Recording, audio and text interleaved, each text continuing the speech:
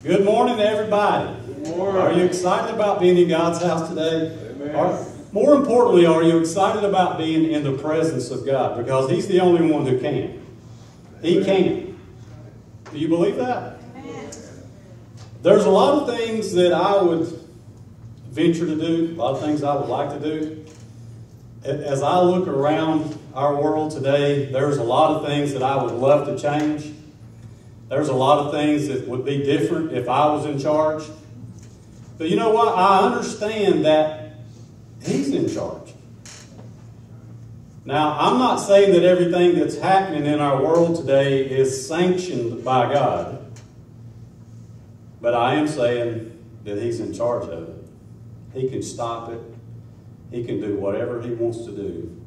And that's what I'm praying. There's a lot of things that are going on in our world today that I would love to see turned around and changed. I want you to take your Bibles, if you would, your apps, whatever you use. 1 Kings. I'm going to give you a little bit of time. Find 1 Kings.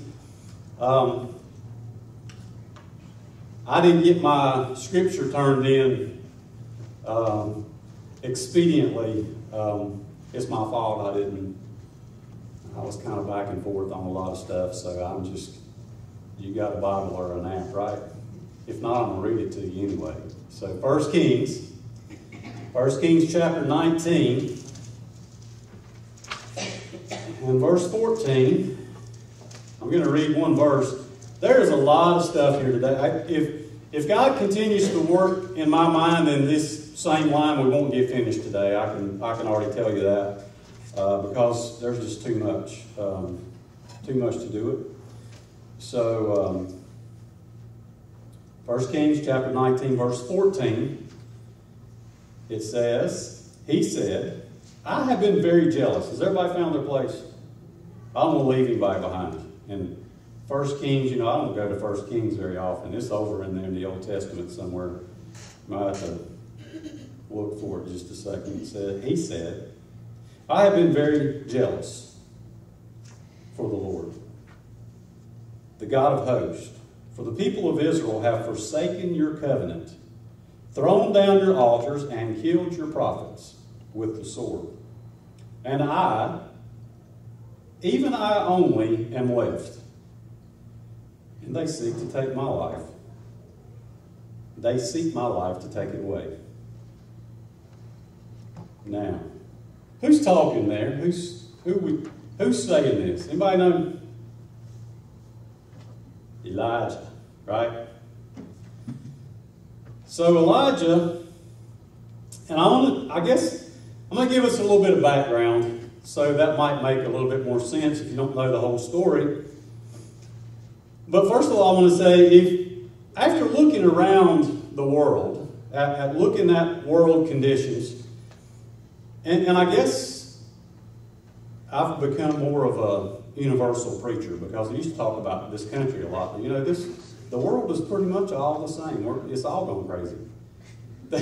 It's not just the United States of America. It's everywhere. So as we look around the world conditions, and more specifically, if you endeavor to watch the news or maybe peek at social media and see the godless state of affairs that we're in today, we might be kind of like Elijah. Maybe we would join him in saying, God, I'm the last one. I'm the only one left.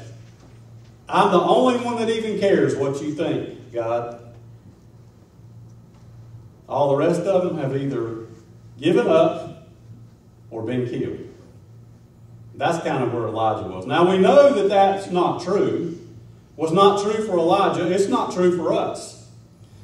But that's where Elijah was. That's his mindset. He's saying, okay, God, this thing is snowballed out of control. They've killed your prophets. The godless have taken charge. And I'm the only one that's left. Now, the crazy thing about chapter 19 is if we flip back to chapter 18 and study that for a little while, Elijah was a superhuman, was he not? I mean, the man he was on fire for God. There were things happening. He did things that nobody else had ever done that I know of and probably never did do again. So it only takes one chapter, just a flip of a page, and we see a man go from being a superhuman Christian to being somebody that's, woe is me, God, I'm the only one that's left. I'm all by myself down here. God, do you see me? You ever feel that way? I mean, if you've ever been around very many preachers, or maybe have been one, or are one, or know maybe live in the same house with somebody who does kind of what I do. Monday morning is usually the day when you say, okay, God, I'm the only one that's left. I'm pitiful. I'm the last one. Look at me here, God. You see me. I'm the only one. But chapter 18, like I said, Elijah was a superhuman. He was saving God's people from false religion and carrying out law. You know what the law was back then? A false prophet. You know what happened to false prophets? They died. And it didn't matter whose prophet you were. If you were a false prophet, you died. And so, in chapter 18, Elijah had he had that big encounter with God where, the drought was over. He went and there was a little cloud there. I'm not going to go, that's not what I'm going to talk about today, but Elijah had some power with God. He was close to God. There's some things happened. It says that he slew 850 prophets, false prophets. I kind of had a little problem with that. Even, all my years I thought, 850 people. But they were false prophets. And that was the law. That's what happened to people who were false prophets. So I'm like, how do you go from being that guy to being the guy that we find over in chapter 19? Well, like I said, we're going to kind of work our way through chapter 19. And maybe I'm doing this more for my own benefit. You might say, well, I've never felt that way. I've never felt like I was the only one left. How many of you ever felt that way? How many of you look around and you see the world is just like, it's not even the same place it was 2 years ago. We don't even, in a lot of ways, some ways maybe I shouldn't say we, in a lot of ways, I don't know how to live anymore. Because there's a lot of things that you used to do that was right. We're going to talk about that too soon. If something's right, if it was right, is it always right? If it comes out of God's Word, it's always right. It doesn't change. But that's another time. So I want to pick apart just a little bit 1 Kings chapter 19, and we're going to begin with verse number 3. And I want to see what happens to a great man of God, an awesome, powerful man of God, when fear steps in. Now, that's what's happened a lot in our country and in the world. In the last few years, fear has stepped in, and necessarily things have not necessarily changed as much, I think, as we have. We're unfocused. We're not focusing on the only one who can, like Jim just sang about. We're focusing on what we're afraid of. We're focusing on what we're told is scary. And the things that have happened that, there's, and I guess, I know there is a booger man, right? But he's not hiding behind every bush. Seriously. The world really hadn't changed as much as we have as far as the fearful things go. I remember when I was a kid, how many were afraid of the dark? afraid of what was under your bed, afraid of what you couldn't see. And sometimes you were convinced that you saw things in the dark, and when you turned the light on, it was nothing like what you thought it was. Right? I mean, your heart can be pounding out of your chest. Maybe you pull the cover up over your head. You pull the pillow up around you because you know there's something there that's about to get you. But then you flip the light on and it was nothing like you thought it was. Well, He's the only one that can. So let's look at verse 1. Chapter 19, 1 Kings chapter 19, verse 1. It says, Ahab told Jezebel all that Elijah had done. So Ahab went and told Jezebel, look, Elijah killed 850 prophets of Baal. He even went to detail and how he had killed all the prophets with the sword. Then Jezebel sent a message to Elijah, saying, so may the gods, now notice that's gods with little g. You see that? Gods with little g. Gods with little g don't mean very much. We don't pay much attention to gods with little g. So may the gods do to me and more also, if I don't make your life as the life of one of them by this time tomorrow. Now look at the next phrase, verse 3. Then he was afraid. He rose and ran. He ran for his life and came to Beersheba, which belongs to Judah, and left his servants there. Okay, I want to stop right there for a few minutes, and I want to kind of focus on what it looks like when a great man of God gives way to fear, or when fear overtakes him. Now, I'll be honest with you, there have been times over the past few years, there's not just the past few years, my whole life, there's been times when I've been gripped by fear. Now, I have always, pretty much since I was an adult, known who was in charge. I knew who could. I've always known that. But there have been times when I have become unfocused and focused on the wrong things. And there have been times when fear has gripped my heart and my soul to the point to where all I wanted to do was just run away. I don't want to focus. I don't want to stand in the face of this thing that I'm afraid of. Sometimes we stand right in front of Goliath and you know, maybe our eyes are, you know, looking at his kneecaps. And we're like, Lord have mercy, what are we going to do? God, what are we going to do? Well, that's kind of what happened to Elijah right here. It was a weak moment in his life. I mean, the man had been one of the most powerful men of God that have ever been recorded just a page flip ago. And I can identify with that. You know, there's been times when I've, you know, like, it doesn't matter. I don't care. I'll go down swinging. If I die, I'm going to do this. I'm going to serve God. I'm going to do what God says. I don't care. I don't care what it does. And there's been other times in my life when if somebody said boo, I would run and hide.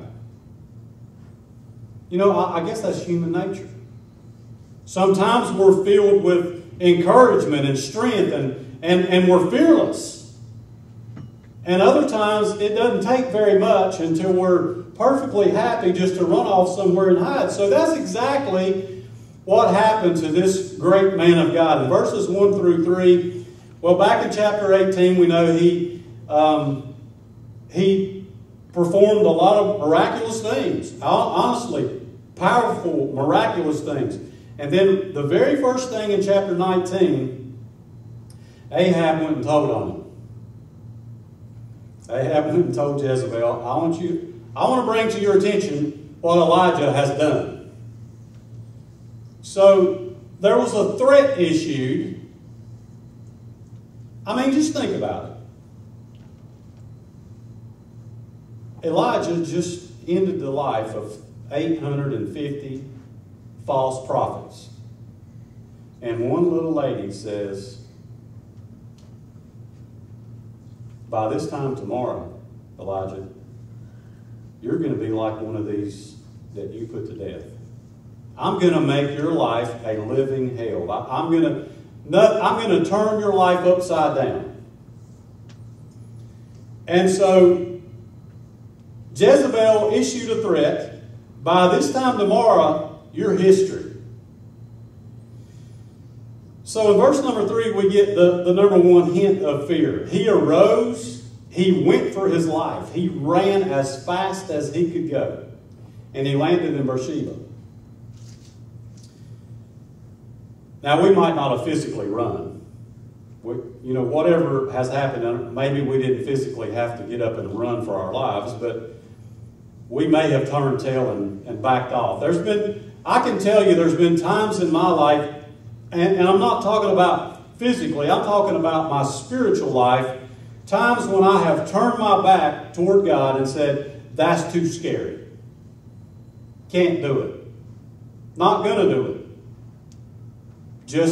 Just let me run away, let me go somewhere and hide. And I'll be honest with you, there's been times like that in the not too distant past. And I make reference to this all the time, but us being in this building is an act of God. You might not know the story, you might not even care about the story, but the Rock Church being in this building is an act of God. Because there was multiple places along the way where I said, God, this is too scary. Don't have the strength, don't have the stamina, don't have the money, don't even care anymore. Can't care. Too tired, too wore out, don't want to have to worry about it anymore. And basically, God says, you don't have to. I'm going to take care of it. That's the reason why I say it's an act of God. If it was an act of me, we wouldn't be here. You wouldn't be sitting in this building today. I don't know where we would all be right now, but we wouldn't be here. Because it was an impossibility that we had the resources, the skill, the ability, the talent, the people. We just didn't have it. It was impossible. Now, Elijah, he was physically threatened, and Jezebel said, dude, you're toast. I'm gonna annihilate you. You're done. And you know what I think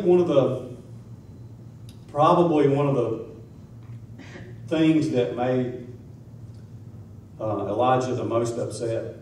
Because if you know the whole story back in chapter 18, a lot of things happened. I mean, there was prophets there, prophets of Baal. They were cutting themselves with swords and sticking themselves with spears. And it was a bloody mess, and it was just nasty, and a whole lot of things going on. Well, Elijah proved to all those people who the real God, the God with the big G, he proved who the real God was out of all this. Go back and read it. Maybe you need a refresher. Maybe we'll talk about it some other time. Maybe next week. I don't know. But anyway,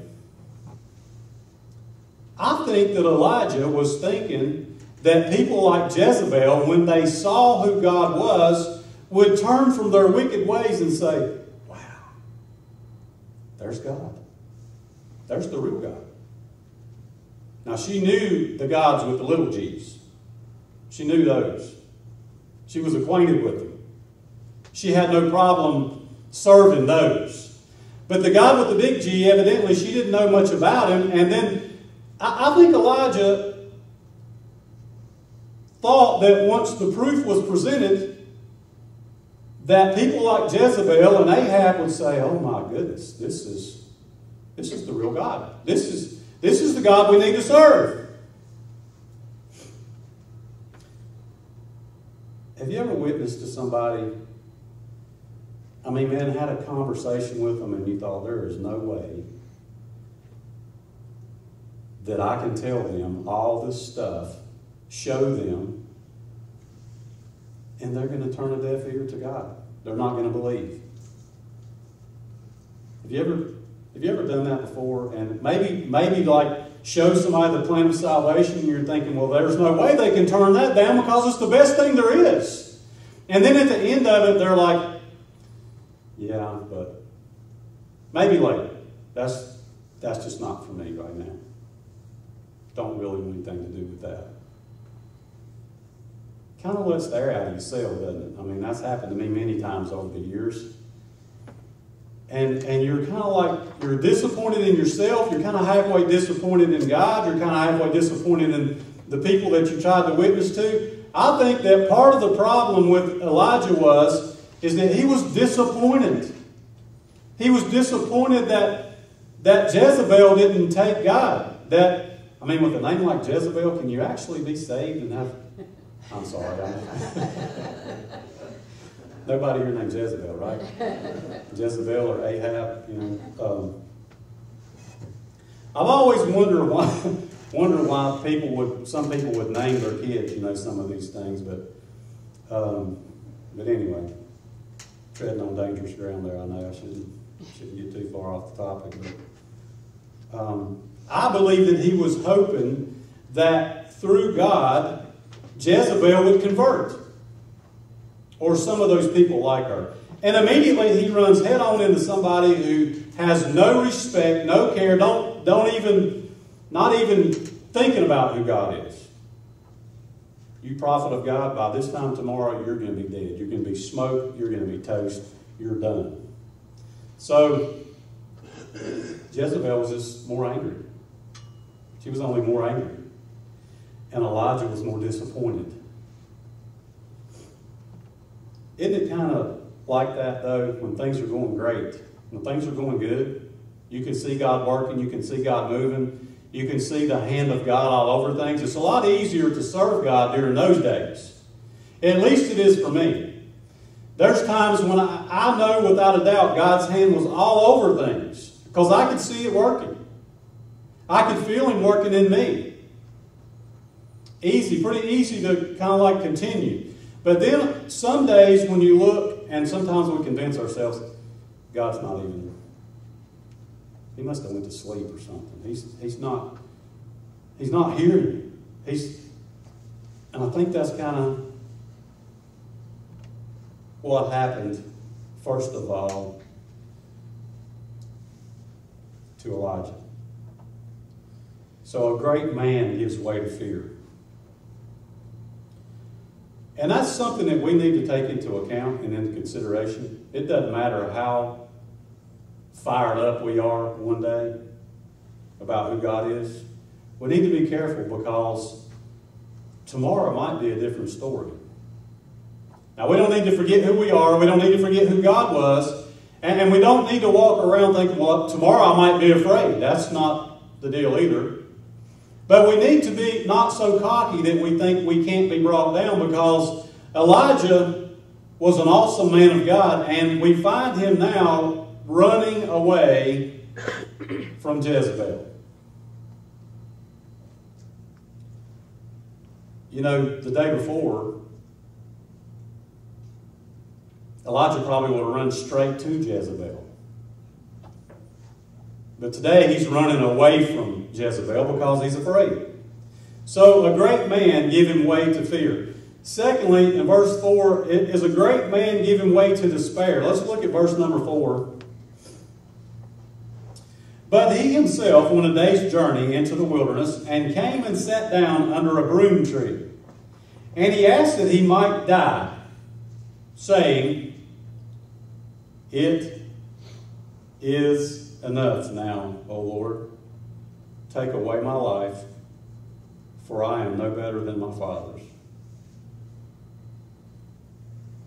Chapter 18, Elijah was taking all of his orders from God, and now he's giving God orders. Just kill me, God. I'm done. I've never asked God to kill me, but I have told him I was done for.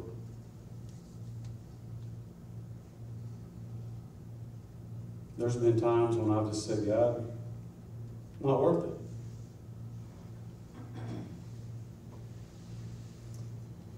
It's too hard. And Elijah giving away to despair there in verse 5. He requested to die. Is that not ironic? that Elijah asked for the one thing that never happened to him? Think about that. God, just let me die. God said, never. Never going to happen. Not going to happen. That's why I believe that God has a sense of humor. I know that God has a sense of humor. I really believe that, because sometimes we think we've got it all figured out. We think that, we know exactly what's going to happen, and we're so smart. And God says, no, anything that's going to happen, that's not happening.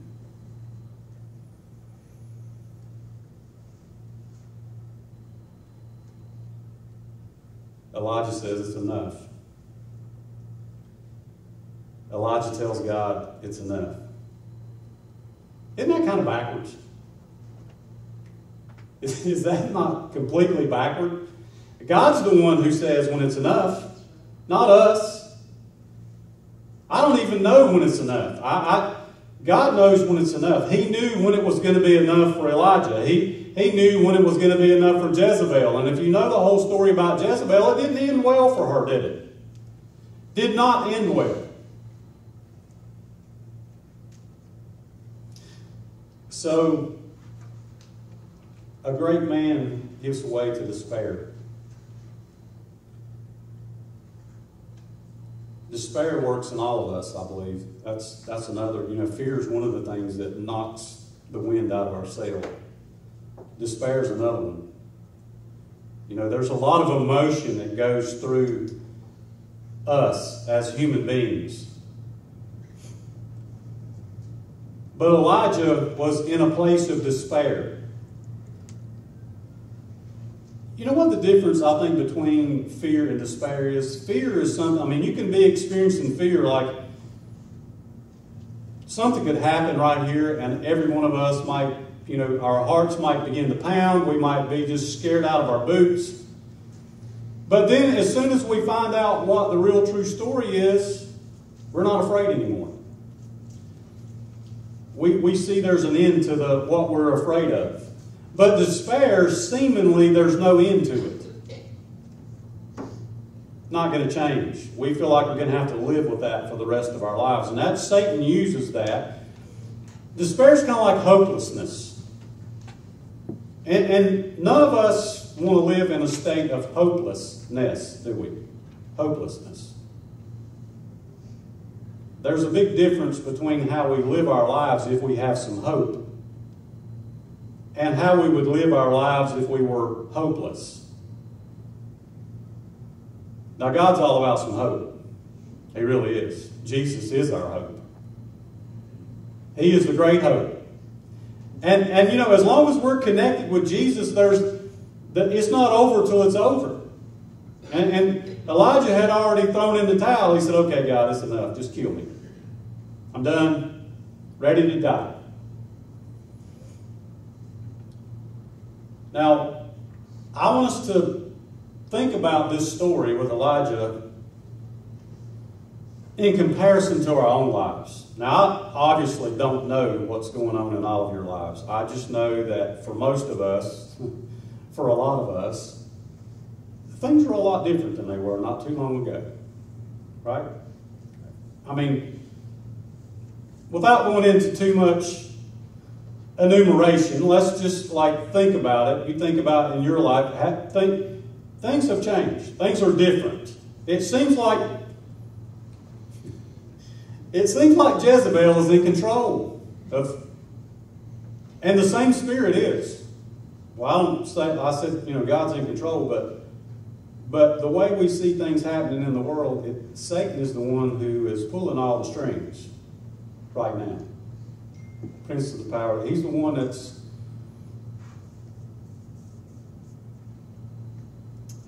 causing the despair and the fear. So, God realized that Elijah was exhausted. Elijah needed help, didn't he?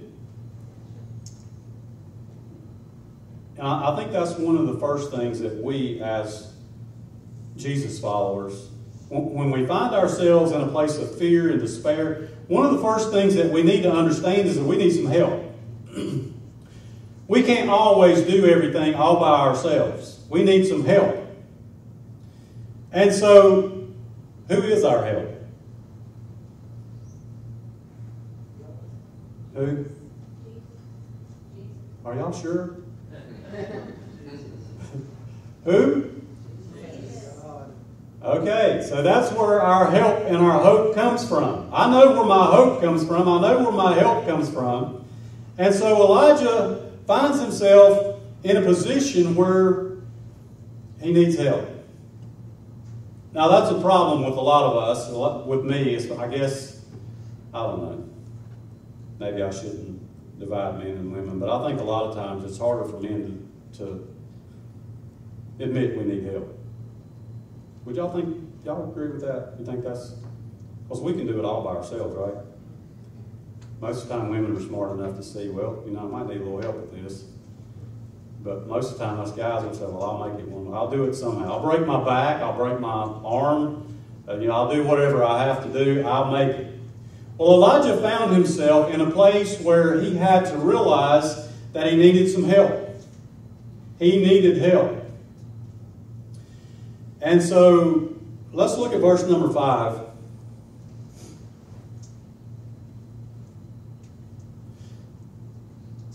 Isn't this awesome? And he lay down and slept under a broom tree. And behold, an angel touched him and said to him, Arise and eat. And he looked, and behold, there was at his head a cake of bread on hot stones and a jar of water. And he ate and drank and lay down. And the angel of the Lord came again a second time and touched him and said, Arise and eat, for the journey is too great for you. And he arose and he ate and drank, and went in the strength of that food 40 days and 40 nights to Horeb, the Mount of God.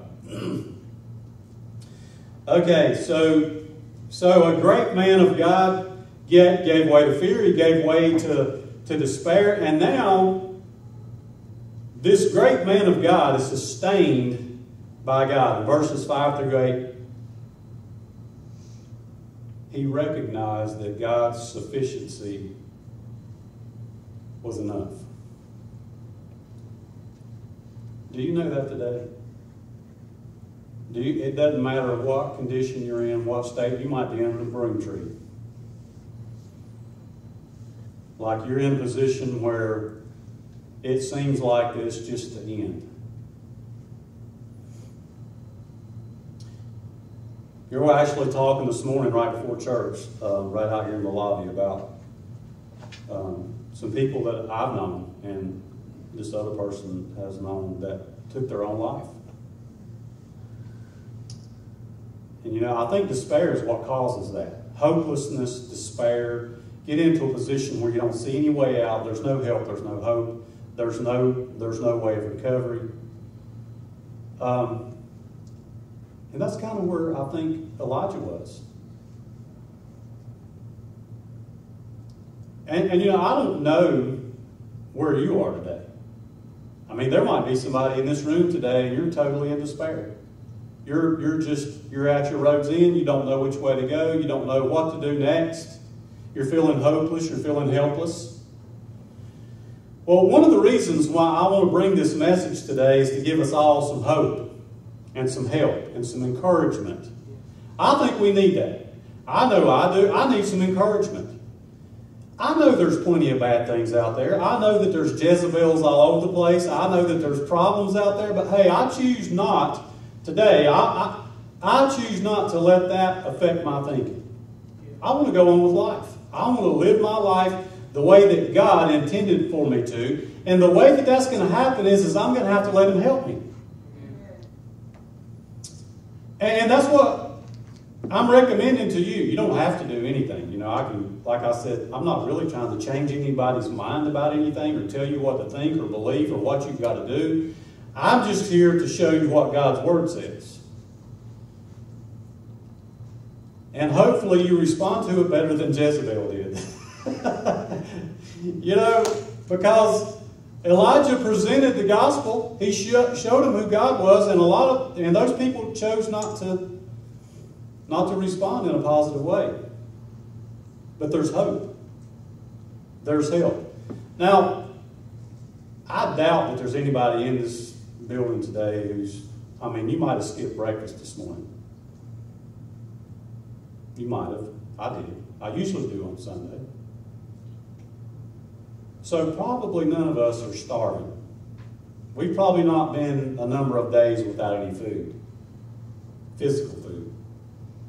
But there might be people in here today that you've been a number of days, could have been a lot of days without some spiritual food. And you're kind of like Ahab or Elijah. You're under the broom tree at the end of your road. And you're saying, I don't know what to do next. Well, God is offering that spiritual food, that sustaining, stable hand of God that He's reaching to us and saying, I'm right here. You might feel hopeless. You might feel in despair. You might not see a way out today. But just take a nap. Just lay down under the broom tree, rest for a little while. I think that was last week, maybe a week before, I don't remember. I think I asked how many of you believe that there's angels. Well, the Bible says there is right there, and one attended to Elijah. I believe that we have attending angels too. I think I do. You can choose for yourself, like I said. You can choose whether you have an angel or not. I'm keeping mine. I'm going to keep mine. Because I believe that angels attend to us when we're in situations where we can't help ourselves.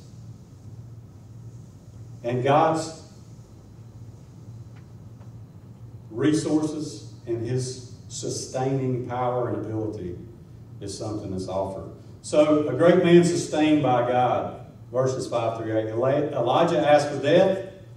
God gave him sleep and rest. Elijah asked for death. God gave him drink and food and a guardian angel.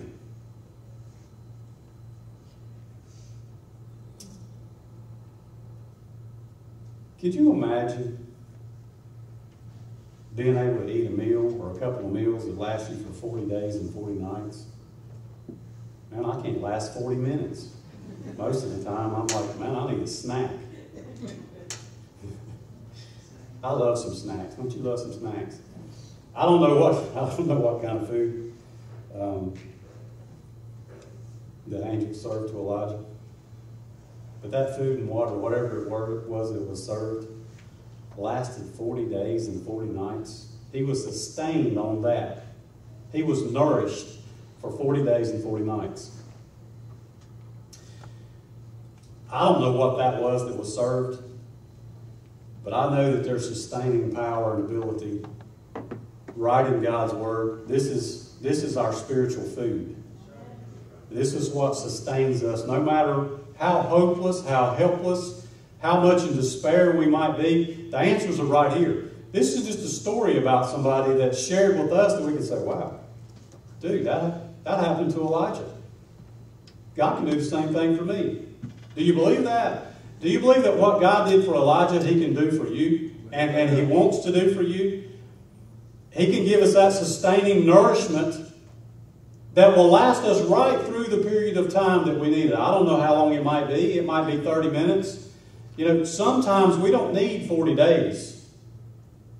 We just need to get through the next 20 minutes, 30 minutes, 5 minutes, however long it might be that we're in a situation where we can't see the end.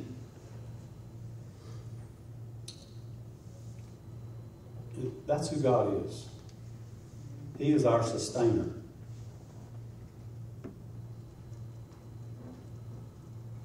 So, I think I'm going to stop right here. I want to offer you this morning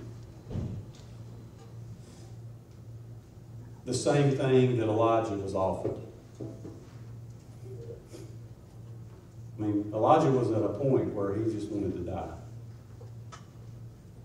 Now, Now, I don't know, I can't say this for sure, but probably every one of us in here at some point or another have been there or close.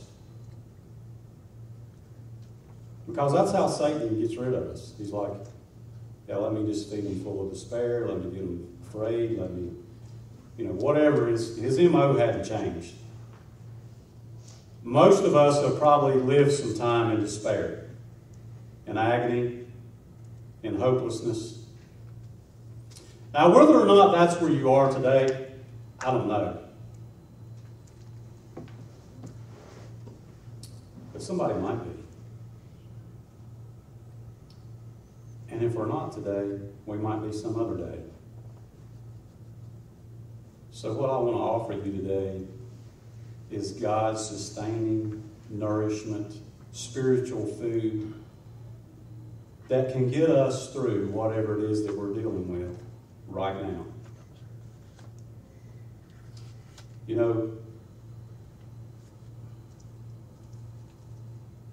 All of us find ourselves in tough situations sometimes. We might not want to admit it, and I'm not going to ask anybody to, give a testimony about that or anything. But most of us can identify with Elijah. I know I can. I need God's help. I need Him today. I need Him every day. And so that's what I want to offer to you at the end of this message today. We're going to probably be back in this again next week because there's a lot more there that I want to talk about. But today I want to leave you with some encouragement. I want to leave you with some hope. I want to leave you with nourishment, with some power, some sustainability.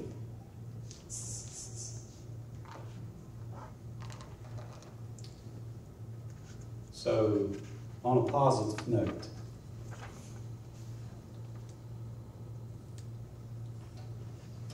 God wants to be our sustainer, our help, our hope. And that's for you today. That's being offered. In just a minute, I'm going to pray for us. And Jim's going to come and sing. And maybe you're here this morning. Maybe you need to come to this altar this morning and pray. If you want somebody to pray with you, or if you want to stay where you are, if you just want to raise your hand and say, I need somebody to come pray with me, I'll come pray with you where you are. You don't have to come up here.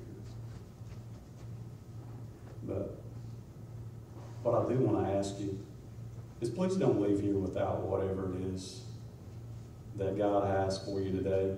And it might be different things for different people. I couldn't say. But He has it, whatever it is. Whatever you need, encouragement, relief from despair, a way out of circumstance. The Bible says that God's never going to leave us. He's never going to forsake us. He's always going to give us a way of escape. Most of the time, what we need to escape from is us, our own selves. That's what we normally need to escape from. So, just allow the Holy Spirit to speak to you. I'm going to pray. Just meditate on what God and the Holy Spirit is saying to you for the next few minutes. Heavenly Father, quite obviously, I don't know the hearts and the minds and the lives of everybody in this building today, but Lord, I know that you do. I don't know exactly why you led me to this message today, but you do. And quite possibly there's somebody here today, or maybe many, that for some reason or another needed to hear this message. Lord, maybe it's being able to realize what you did for Elijah. And so I ask you, Lord, right now that your Holy Spirit just communicate with every heart, every soul, every mind that's in this building today. I invite you to work up and down the rows of people and in our minds and, Lord, accomplish what needs to be accomplished.